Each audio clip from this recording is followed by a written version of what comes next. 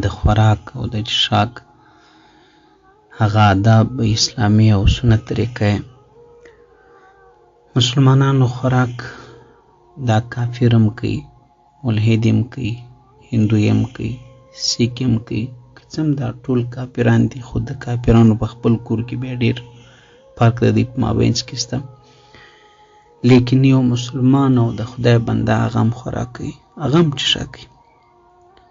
فرق د دې پردي او د غیرو د خدای د دشمنانو او د خدای د دوستانو د خوراک نه، بلکې د زندګۍ د هر څه سته او باید چې وي. همدا وجه ده چې اسلام خپل منونکي او د خدای بندگان په هر ځای کې په بیلو بیلو هدایاتو باندې مکلف کړي دي چې په دې ځای کې د عمل داسې کوه، په دې ځای کې داسې کوه، داسې درېږه، داسې کښېنه، داسې خوراک کوه، داسې کپړې اغونده، یعنې هر څه له دې وجې چې نورې دنیا نه ته رابېل شي او الله به دې په ورځ د آخرت کې هم رابېلوي او ستا به بېل ژوند دي، ستا به قبر هم بېلي، ستا به برزخ هم بېلي، ستا به هر څه بېلي. په عباداتو کې نبي کریم علیه السلام مشابهت د پردي نه دی اختیار کړی، د هغو نه یې ځان ساتلی دی، د ساتنې کوشش یې کړی دی. د اهل کتابو، د یهودو او د عیسایانو چې د عیسی علیه السلام امت دی. خو لیکن افسوس اوس په دې ټکي باندې دی ورونو، تاسو خفه کېږئ چې په ډېرو خبرو کې موږ نن د دې مشابهت کوو او د دې د مشابهت کول زموږ ته په دې ټولنه کې مخ پر وده او پر زور باندې دي، پر ډېرېدو باندې دي. لکه اوس زموږ وروستۍ خوشحالي راواخله، دا ډیک نڅا او اتڼ دې ته د چا طریقه ده؟ تاسو به خپله سوچ وکړئ. دغسې نو نورې خبرې هم راواخله. داسې نو زموږ ستاسو مسلمانان خو قومونه دي، د هر قوم له بیلو بیلو خبرو ډک دي، داسې خبرې خورا ډېرې دي. راځئ هغه سنت طریقه او آداب د دې خوراک او څښاک څه دي. اولنی سنت دا دی چې خوراک به د مسلمان د پرسته لاس باندې، دا یو سنت عمل دی. په سنت باندې دغه خوراک پرسته لاس باندې هر څه چې خوري، چای خوري، اوبه خوري، اوبه څښي، یا ته ډوډۍ خوري، یا هر څه ډوډۍ چې مو ویل نه ډوډۍ چې مثال خوري، یا هر څه چې خوري، هندوانه خوري، خټکی دې پیدا کړی نه، انګور دې پیدا کړي. نو دوم سنت هغه دا دی چې سترخوان وغوړوه ښه پر سلیقه باندې، پر ادب باندې، چې د خدای د رزق هم ته محتاج ځان ښکاره کړې او هم یې ادب احترام وسي، هم د خدای نعمت په تا قدر ولري. الهی آتونی ادب که بی ادب محروم و گشت از فضل رب. خدای به دې د ادب پر سر باندې نازي، انبیا با ادب ول بی ادبي پیدا نه کوي. دریم سنت عمل دا دی چې د خوراک سمخ کې باید د خوراک لپاره اودس تازه شي. تاسو پوهېږئ چې اودس یې څه دی؟ بسم الله ویل.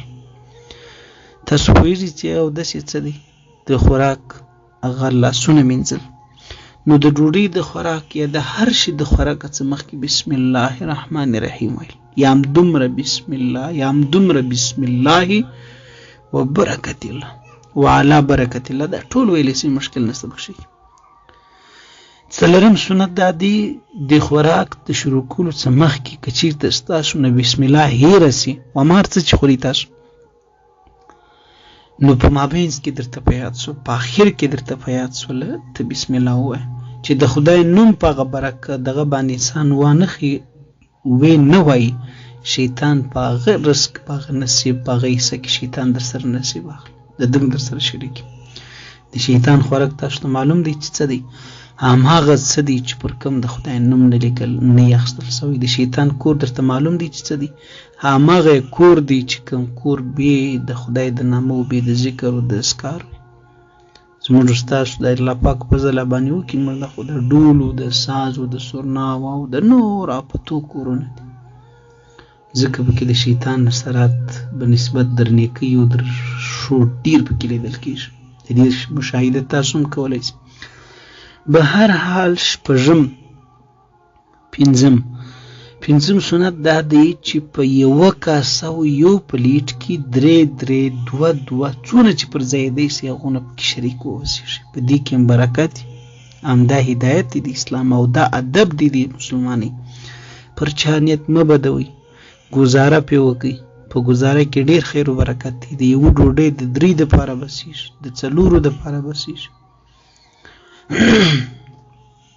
شپږم د خپل طرفه څه خوړل، دا د اسلام هدایت دی. په ولاړې نه خوړل، د خپل طرف او د خپل جانبه څه خوړل.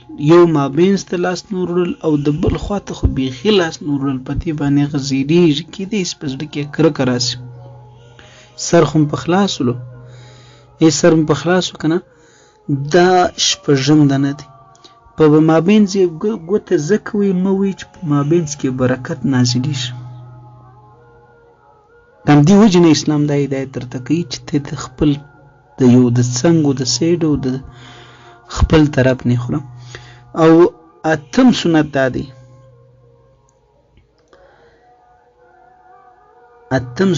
دی، چې اووم سنت دا شپږم او اووم سنت چې په دسترخوان باندې ته ناست یې، دسترخوان چې هواریږي یو حکمت پکې دی چې هغه رزق ضایع نه شي، د رزق قدرداني وشي. که ستا چې یو ګوله ایله شوه، یو ذره ایله شوه، هندوانې یو دغه شی ایله شوه، خټکي یو ذره ایله شوله، هغه چې تر څو پورې د خوراک استقابله یې خوړل کېږي نو مه یې ضایع کوئ. که دومره در باندې ډېر دي نو لږ د غیرت کار نه، له غیرت نه کار واخلي، یو څه هندوانه همسایه کار ورولېږي. په خدای قسم الله به درنه راضي شي. په خدای قسم د اسلام دغه هدایت دی.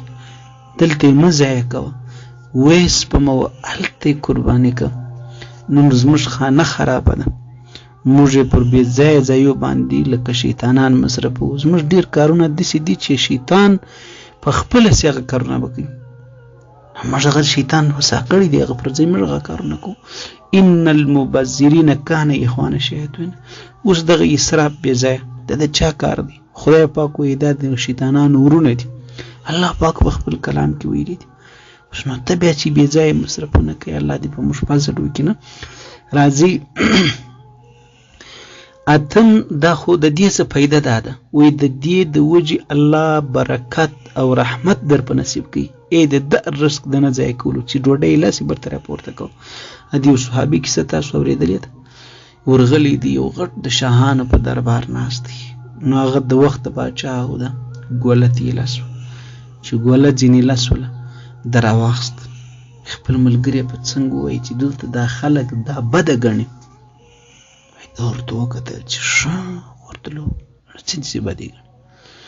آیا زه د الله د حبیب سنت د همدغه حیوانانو لپاره پرېږدم؟ څوک چې ایمان نه لري، خدای پاک په خپل کلام کې تر حیوانانو بدتر ښوولي دي. اولئک کالانعام بل هم اضل. الله وایي دا حیوانانو په څېر دي، تر هغو هم بدتر دي. نو فلهذا هغو هغه ګوله پرې نه ښوله، ګوله یې راپورته کړله، ویې کتله چې د خوراک استقابله ویې خوړل. شاهانو په دربار زموږ د والله که د خپل څه درته وایم، شاهانم نه وي، ملکانم نه وي، سردارانم نه وي، لیکن غرور او تکبر د ده پر پښو سره څه کېږي، دغونه له حد نه تېري. یو شی چې ډېر له حد نه تېر سي، تاسو یو بجلي یو شي ته ډېر ورلکي، ډېره زیاته بجلي سوځي یې که یې پرېږدي، نو دغونه فساد چې په تا کې راشي، ستا به خانه در خرابوي که نه. شیطان چې دې په څټ کې در سپور سي، نور به څه در باندې وکړي. عزیزانو په دې خبرو سر خلاصول پکار دي. الله دې موږ ته هدایت وکړي. ښه یاد وساتئ، د دې د وجې وایي د انسان نظر تیزېږي، دغه ډوډۍ ته مه ضایع کوه، راواخله ویې خوره. او له دې د وجې د انسان تکبر ختمیږي او باطن یې صفا کېږي. په دې یو هدایت کې د اسلام دغونه پیدې او ګټې کې پردې، او د دې د وجې د انسان اولاد نیکېږي. قربان سندر دې ښه دین. زه تاسو ته زه د 2-3 ورځې مصروفولم، یو ملګري یو شی راستولی دی، باره یې درته شیر کوم. دا خبرې او هغه سره قیاس کړي. سمه ده، زه یو څه مریض زمولم د یو ورځ مخکې، بیا مې کمپیوټر هغه پسې خراب شوی و، نو څه هغه هم بله پسې وګرځولم. دا یم نن اوس ماخستن د اذان ټیم دی، اذان به تاسو اورېدلی د هغه ټیم دی، زه اذان ته لمانځه ته بیا ځم. نو هغه د خیر سره دغه ټیم دی چې تاسو دا سبق ثبتوم. او فکر مې وکړ چې د ډوډۍ د خوړلو ټیم دی، راځه په دې ټیم کې ورته ووایه. نو سر هم په خلاص خبر باندې. اتم سنت او ادب د اسلام دا دی د خوړلو په مابینځ کې دغه دعا وایست. د خوراک په مابینځ کې هر څه چې خوري، ورجې، غوښې، پټاټې او بینډۍ او میوه او پیستې خو نو اوس ګرانې دي، هر څه چې خوري هغه دعا دا ده: اللهم لك الحمد ولك الشكر يا واجد جل جلاله الحمد لله الحمد لله الحمد لله. که مې نور نه زده کېدله الحمدلله خو مې نه ولی چې یاده شي، بس دومره وایست. نهم ادب دا دی چې د خوړلو څه وروسته دغه دعا ووایست، د الله شکر ادا که.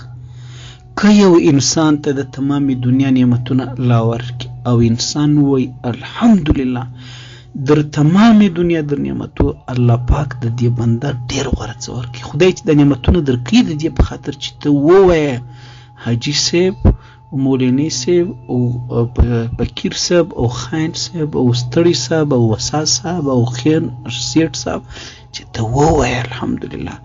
زموږ غاښونه په نعمتو کې ووتل خو ناشکر ژبې نه وویل چې الحمدلله خدای درته قربان سم. الله پاک فرمای ان الانسان لربه لکنود، بشک انسان د الله ډیر ناشکر دی، ډیر ډیر ډیر. وان تعودوا نعمت الله لا تحصوها. الله پاک فرمای که تاسو زما نعمتونه وشمېرئ چې ورته کښېنئ 1 2 3 4 5 10 شل دېرش څلوېښت سل زر نیسئ شمېرئ، دومره دي. نو شکر به د کم باسي، د دا یو څه خو وباسي. راځي نهم، دا خو نهم سو چې دغه دعا وایست لمانځه وروسته د ادب دی، د ډوډۍ وروسته. هغه کومه دعا ده؟ الحمد لله الذي أطعمنا وسقانا وجعلنا من المسلمين. یا دا دعا یا بل درشم.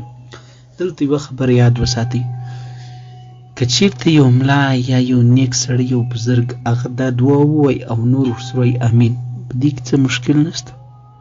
خو دا دعا لازمه نه ده، فرضي عین نه ده، لازمي به خلک نه بولي، هیڅ مشکل نشته پکښې کې. اصل کې د دې دعا د کولو دا طریقه ده چې بابا ډوډۍ چې تا وخوړله نو ستا پر ځای زه دعا ولې ووایم؟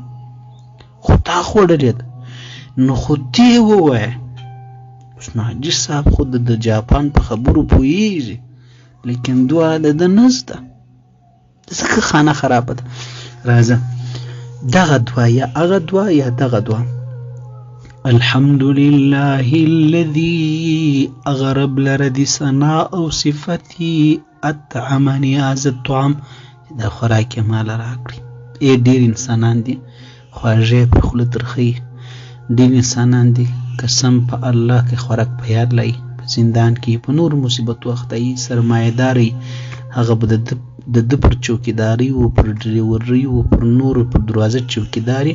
په خدای قسم هغه د ډوډۍ په خوند د خوب په خوند په کیسو پوهیږي، هغه غریب نه پوهیږي. خوب په نشوي دا هغه کډو باندې ناست، هغه ته کډو ورته په میسج کډو بخوري اوس نه خوري.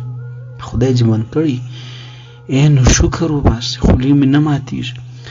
الحمدلله ورته ګورئ دومره دعا ده اللهم لك الحمد. څو سورته ورکو ماتم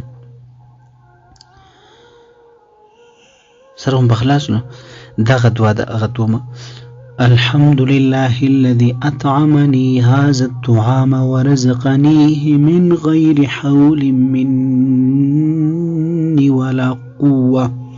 یا دې دغه دعا وایي الحمد لله الذي هو أشبعنا وأروانا وأنعم علينا وأفضل علينا.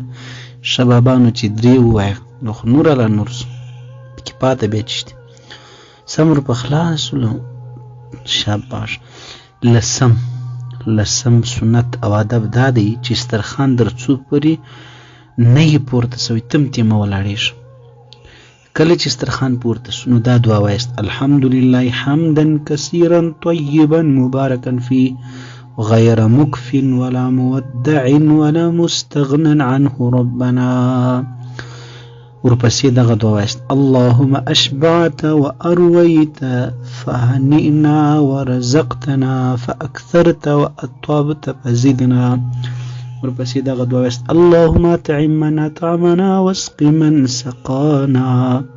کمی ګرځي نسوي یادوله یو الحمدلله خو نور چې تاسو مې زده په خلو وایست یا الله تا شکر. کله چې تاسو اوبه څښئ نو د هغو ادب دا دی چې په راسته لاس لومبې شربت د ټولو دغه یو حکم دی او پر 3 ساو باندې څښئ. په یوه پلاګر په ګېډه کې مه توه جهنم دی دا نه ډکېږي. دې سره هوښیار سه یو څه د دې نه را کنټرول که په همسایګانو یې وخوره یو څه د دې نه را کنټرول که مسکینانو ته یې ورکړه. خدای چې په ژوند کې به برکتونه په سترګو وي الله دې موږ ټول ته دغه توفیق را نصیب کړي.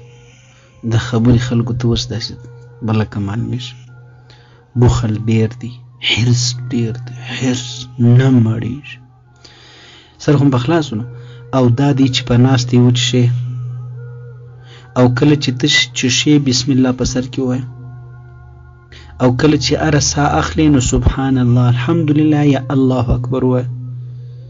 که چیرته د دغسې آدابو سره موږ تاسو ډوډۍ وخورو چې کله ډوډۍ ختمه سوله لاسونه هم بیا ومینځه ډوډۍ وخورو نو انشاءالله چې دا خوراک به زموږ ستاسو په نس کې په زړه کې په باطن کې سبب د نور او د هدایت ګرځي او د ذکر او د عبادت شوق به کې پیدا کیږي او الله به دغه توفیق راکوي. که موږ د دې دپاره وخورو بیا د بې دې ډېره معافي ډېره معافي چې یاره ښه ځان موړ کړم او داسې بېدسم او را خیره سره صیبه مانه بیا د بې دې ډېره معافي او داسې وکړم وسې وکړم نه نو خو خبره خشتې اول چون نهاد معمار و کج چې د لمانځه سوچ دې پکې نه وي د تیعات و عبادت نه سوچ دې نه وي نو خشته دې یو چپه کښې شو نو ځکه تاثره یا میراوت دیوار و کج بیا به دې بنسټ چپای عاجز صاحب سر خو دې خلاص د یو څو خبرې مې درته وکړې الله دې موږ ته ټول ته د